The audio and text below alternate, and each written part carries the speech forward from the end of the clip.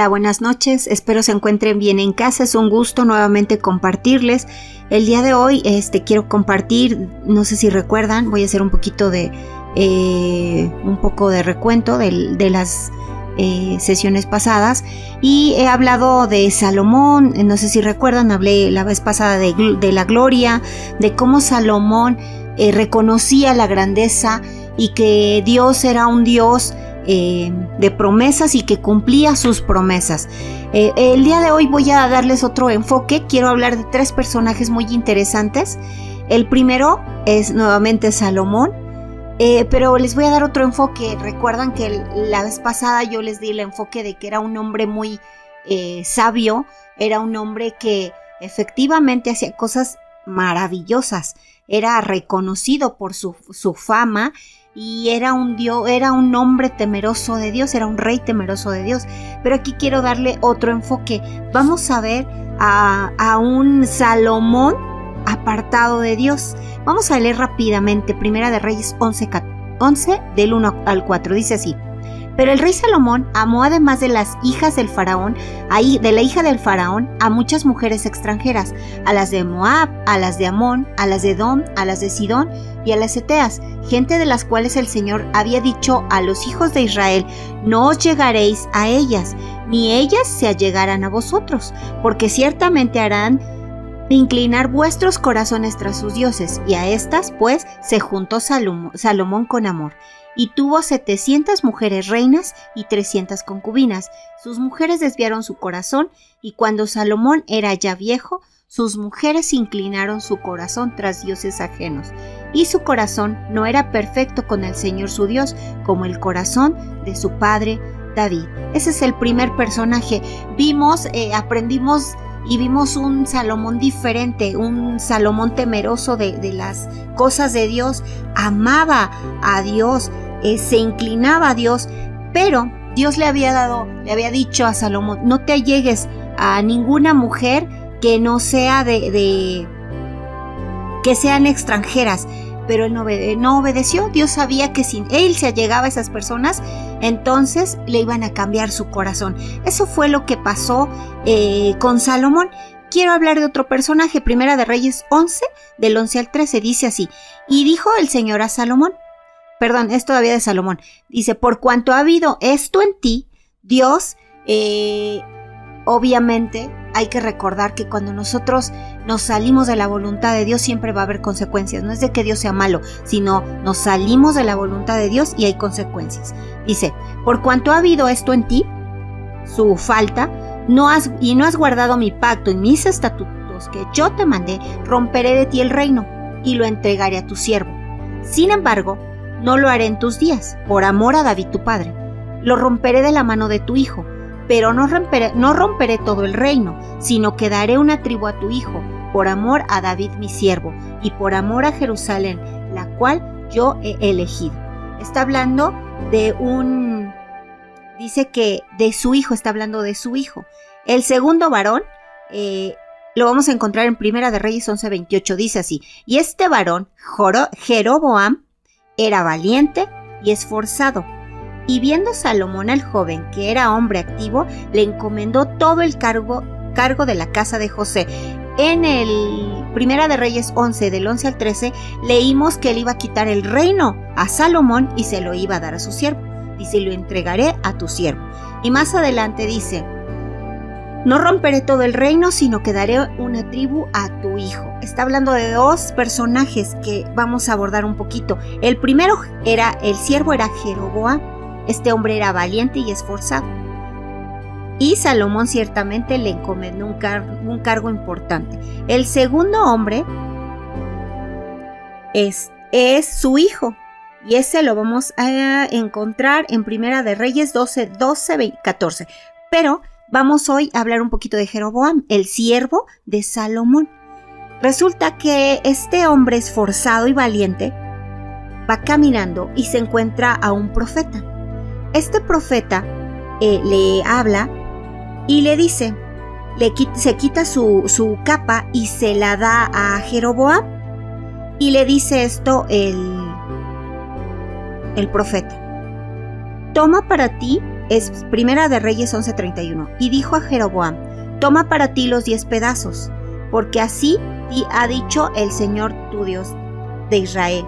He aquí que yo rompo el reino de la mano de Salomón y a ti te daré 10 tribus.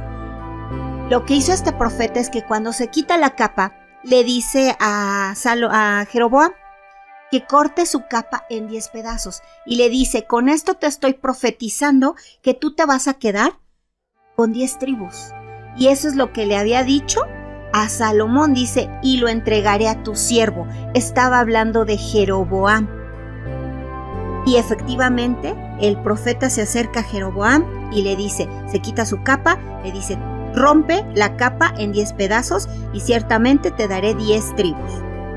Dice: le quitaré el reino de la mano de Salomón. He aquí que yo rompo el reino de la mano de Salomón y a ti te daré 10 tribus. 10 tribus, así le dice. Y en Primera de Reyes 11:36 dice así: y a su hijo daré una tribu. O sea, le dice: ciertamente tú te vas a quedar con 10 tribus, pero no voy a dejar desamparado a su hijo, sino que le daré, dice, para que mi siervo David tenga lámpara todos los días delante de mí y en Jerusalén, ciudad que yo me elegí para poner en ella mi nombre. Ciertamente va a partir el reino. A Jeroboam le tocan 10 tribus y al hijo de Salomón, que se llama Roboam, que es nuestro tercer personaje, le va a dar solo una tribu. Y ahora vamos a ver el personaje de Roboam, el hijo de Salomón. En Primera de Reyes 14 dice así la palabra. Dice: al tercer día vino Jeroboam con todo el pueblo a Roboam. Resulta que cuando Roboam ya se queda en el trono porque su padre ya partió, resulta que el pueblo no está de acuerdo porque Roboam es demasiado abusivo. Entonces viene Jeroboam con todo el pueblo a Roboam, según el rey lo había mandado, diciendo: volved, le había dicho que su yugo era muy pesado, que por favor disminuyera su carga. Entonces Roboam lo podemos describir como una persona abusiva, ciertamente. No confiaba en los ancianos, porque él se acercó ciertamente a los ancianos y les dijo: bueno, ¿qué hago con el pueblo? Los ancianos le dijeron: escucha al pueblo, baja su yugo, baja lo que ellos te dan y así vas a tener un pueblo fiel. Pero a Roboam no le gustó lo que le dijeron los ancianos y se acerca a los jóvenes. Los jóvenes obviamente le dicen lo siguiente. Llega Roboam y platica con el rey junto con el pueblo y el rey Roboam les dice: regresen al tercer día. Es cuando él se acerca a los ancianos. Los ancianos por sabios lo aconsejan, pero obviamente él no les hace caso. Y pasa esto: al tercer día vino Jeroboam con todo el pueblo a Roboam, según el rey lo había mandado, diciendo: volved a mí al tercer día. Y el rey respondió al pueblo duramente, dejando el consejo que los ancianos le habían dado, y les habló conforme al consejo de los jóvenes, diciendo: mi padre agravó vuestro yugo, pero yo añadiré a vuestro yugo. Mi padre os castigó con azotes, mas yo os castigaré con escorpiones. ¿Y qué quiero llegar por qué hablamos de estos hombres? Porque resulta que mi tema se llama la herencia. Aquí estamos hablando de 3 personajes y sobre todo de Salomón y Roboam, que es de la casa de David, es su hijo y es su nieto.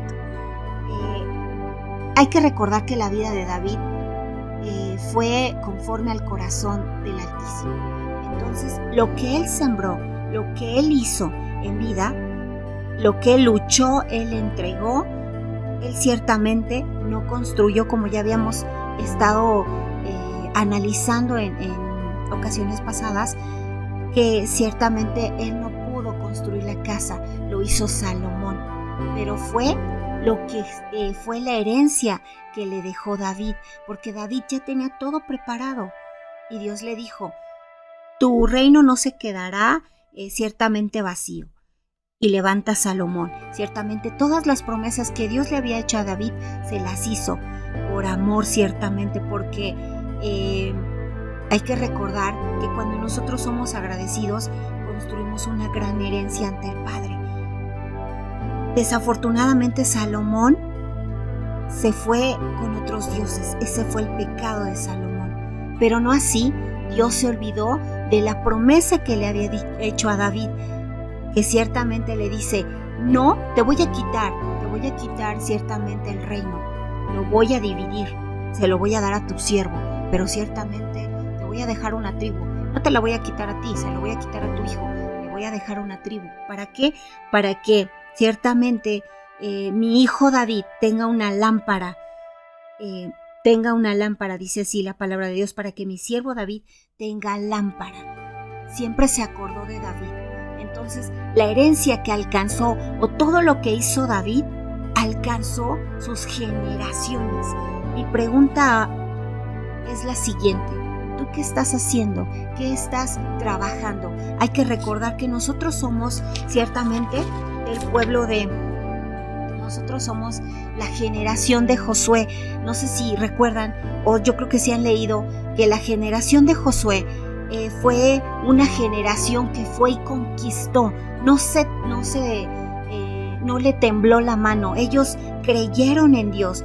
Dice así Josué 1:6-8. Cuando Dios lo levanta, dice: esfuérzate y sé valiente, porque tú repartirás a este pueblo por heredad la tierra de la cual juré a sus padres que la daría a ellos. Solamente esfuérzate y sé muy valiente para cuidar de hacer conforme a toda la ley que mi siervo Moisés te mandó.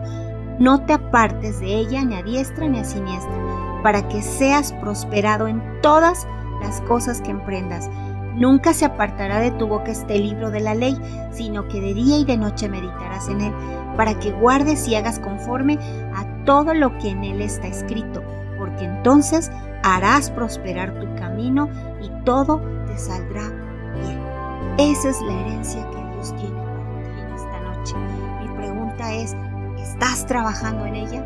¿Estás siendo esforzado y efectivamente te crees que eres de la generación de Josué, que va y arrebata y conquista? Porque ciertamente nuestra generación es una generación de hombres y mujeres de fe y obedientes. Eso es lo que te debe de distinguir: un hombre de fe y obediente, o una mujer. No hay quejas ni murmuraciones. Hay que recordar que el pueblo de Israel se quejaba en el desierto, de todo se quejaba, no estaba a gusto con nada. Pero la generación de Josué rompe esquemas, y entonces es una generación que no se queja, no murmura. Y es una generación donde la gloria es para Dios y no para nosotros. Esa es tu generación. Debemos aprender a que la gloria es de Dios y no es mía, sino de Dios. Entonces estamos en esa generación donde somos conquistadores y no conquistados, donde ciertamente no pueden levantarte y maldecirte, porque tú eres una generación que conquista, que va, batalla y gana, porque tienes de respaldo al Altísimo, al glorioso Rey. Y aparte, y ya para terminar, tenemos un corazón para Dios, un corazón temeroso para Dios. Esa es la generación de Josué.